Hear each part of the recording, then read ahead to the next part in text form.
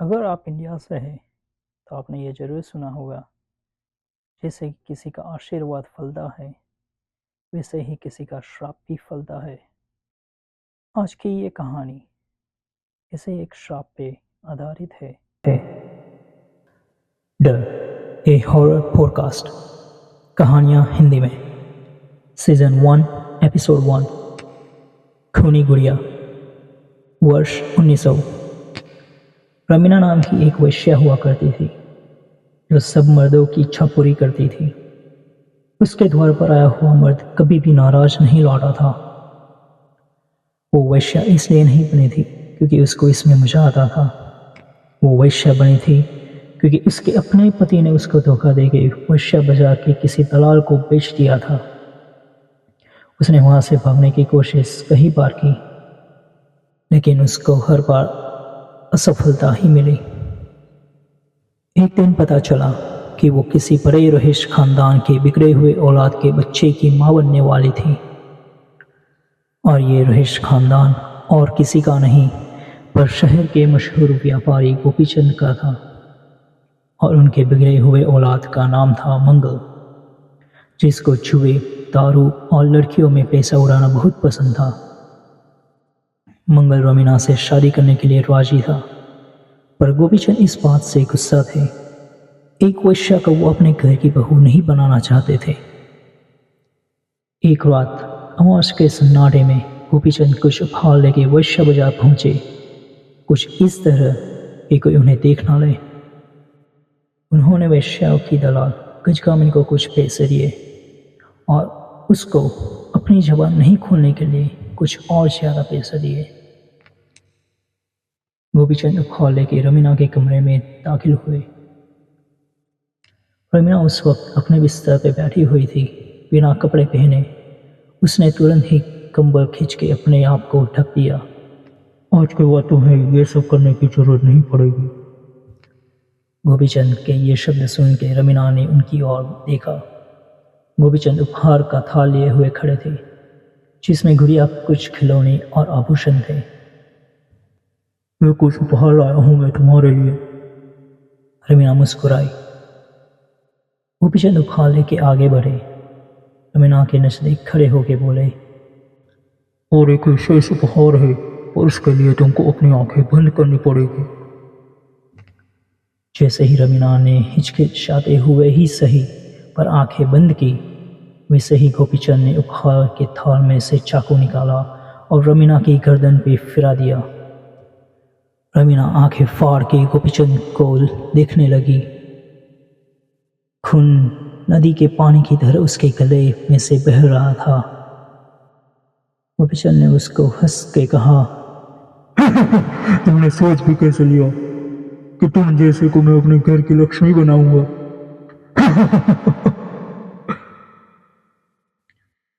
रमीना अपना गला पकड़े हुए उनको गुस्से में बोली, मैं तुमको श्राप देती हूँ। तुम्हारा पूरा खानदान अपने अंत की ओर बढ़ेगा इसी क्षण से। गोपीचंद हंसने लगे, और ऐसा कैसे होगा? तू करेगी मुझे तबाह?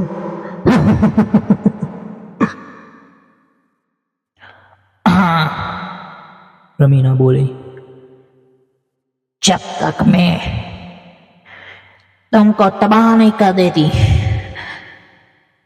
तब तक मेरी आत्मा इस गुड़िया में कैद रहेगी।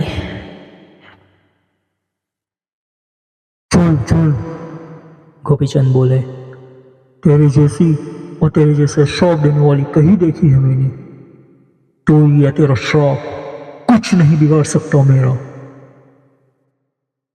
ये कहते ही गोपीचंद ने फिर से रमीना की गर्दन पे चाकू घुमा दिया और रमीना की सांसें हमेशा के लिए बंद कर दी।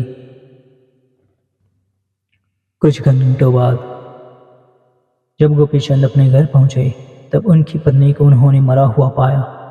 उनकी पत्नी छत पे से गिरने की वजह से मरी थी। ये बात उनके नौकर ने उनको बताई थी, लेकिन कुछ देर के लिए रमीना के श्राप ने उनके दिमाग में ऐसी हलचल मचाई और उनको सोचने में मजबूर किया कि कहीं ये सब रमीना की आत्मा ने तो नहीं शुरू किया। अभी तो उनकी पत्नी को खोने का दर्द कम ही नहीं हुआ था कि और 1 घंटे में खबर आई कि उनके बड़े पुत्र श्याम, जो उनकी हर बात मानता था, खुदकुशी करके मर गया। गोपीचंद को समझ नहीं आया कि श्याम की ऐसी तो क्या मजबूरी थी कि उसने ट्रेन से कूद के अपनी जान दे दी। अब घर में कोई बचा था तो सिर्फ वो और उनका बिगड़ा हुआ औलाद मंगल। इन सभी बातों से अनजान मंगल मदिरा के मौज में अपने कमरे में कोड़े बेच के सोया हुआ था और गोपीचंद को इस बात की कुछ परवाह ही नहीं थी, क्योंकि उनको पता था कि वो कितनी भी कोशिश कर ले, मंगल अभी होश में नहीं आने वाला था। उसके कुछ दिनों बाद जब फिर से सब सही चलने लगा, तब गोपीचंद को लगा उनके पुत्र और पत्नी का सिर्फ एक हादसा था, न कि रमीना का श्राप। पर कहते हैं ना, आशीर्वाद की तरह श्राप भी फलित होता है। गोपीचंद खुश थे कि मंगल अब व्यापार में ध्यान देने लगा है और उसकी सारी बुरी आदतों से वो मुक्त हो चुका है। पर गोपीचंद को ये नहीं पता था कि उसकी बुरी आदतें छुड़वाने वाली और कोई नहीं पर रमीना थी। रमीना की आत्मा जो गुड़िया में बस कर वापिस आई थी, मंगल को सही दिशा दिखाने और गोपीचंद को उसके कर्म की सजा देने। रात के 2 बजे थे और गोपीचंद अपने कमरे में सो रहे थे। अचानक उनको एहसास हुआ कि वो हवा में घूम रहे हैं, पसीने में भीगे हुए, उनकी सांसें डर से चढ़ रही है। गोपीचंद नींद से जाग गए। उन्होंने देखा कि वो तो अपने बिस्तर पे ही थे, सही सलामत। उन्होंने इधर उधर नजर घुमाई। सामने मेज पर एक गुड़िया थी जो उनको घूर रही थी। गोपीचंद को लगा कि नौकर की बिटिया शायद गुड़िया के साथ खेलते हुए यहाँ आई होगी और यहाँ कमरे में ही अपनी गुड़िया भूल गई। वो आंखें बंद करके सोने ही वाले थे कि गुड़िया हंसी।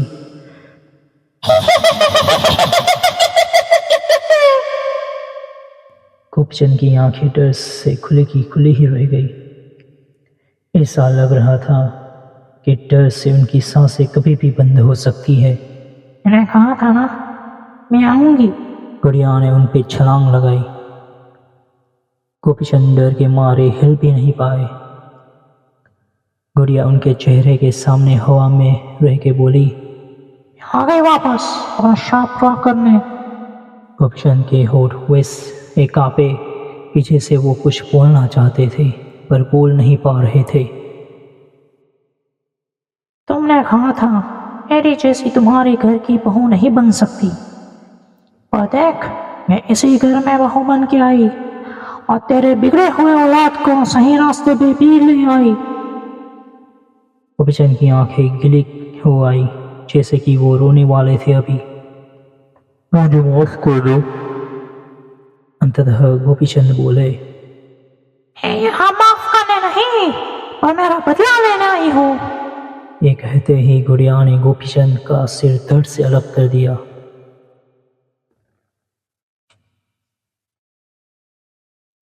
दोस्तों, ये सिर्फ एक काल्पनिक कहानी थी।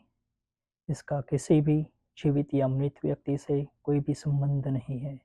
मुझे आशा है कि आपको ये कहानी पसंद आई होगी। प्लीज़ कमेंट्स में बताएं आपको ये कहानी कैसी लगी।